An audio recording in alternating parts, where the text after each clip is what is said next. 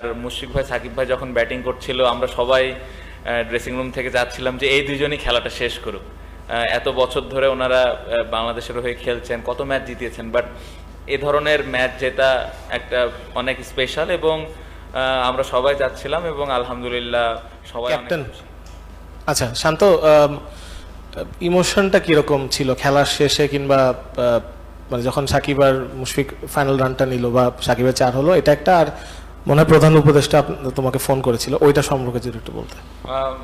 ইমোশনটা আসলে মুখে বলা মুশকিল, কঠিন হবে, কারণ এ ধরনের অ্যাচিভমেন্ট আমার কাছে ব্যক্তিগতভাবে আমার কাছে বাংলাদেশ ক্রিকেটের one of the best movement আমার কাছে মনে হয়। আর মুশফিক ভাই সাকিব ভাই যখন ব্যাটিং করছিল আমরা সবাই ড্রেসিং রুম থেকে যাচ্ছিলাম যে এই দুইজনই খেলাটা শেষ করুক।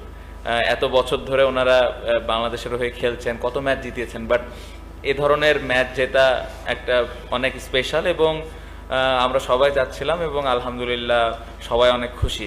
হ্যাঁ, আমাদের ডক্টর ইউনূস স্যার কল করেছিলেন, কংগ্রেচুলেশন জানিয়েছেন টিমের সবাইকে, ওনারা অনেক খুশি এবং দেশে আসলে দেখা করতে চেয়েছেন পুরো টিমের সাথে। শান্ত, জাস্ট একটা জিনিস, সরি সিরিজ শুরুতেই প্রশ্ন করেছিলাম, টেস্ট জিতার পরেও দেশের মানুষের জন্য এটা কি তোমাদের একটা গিফট?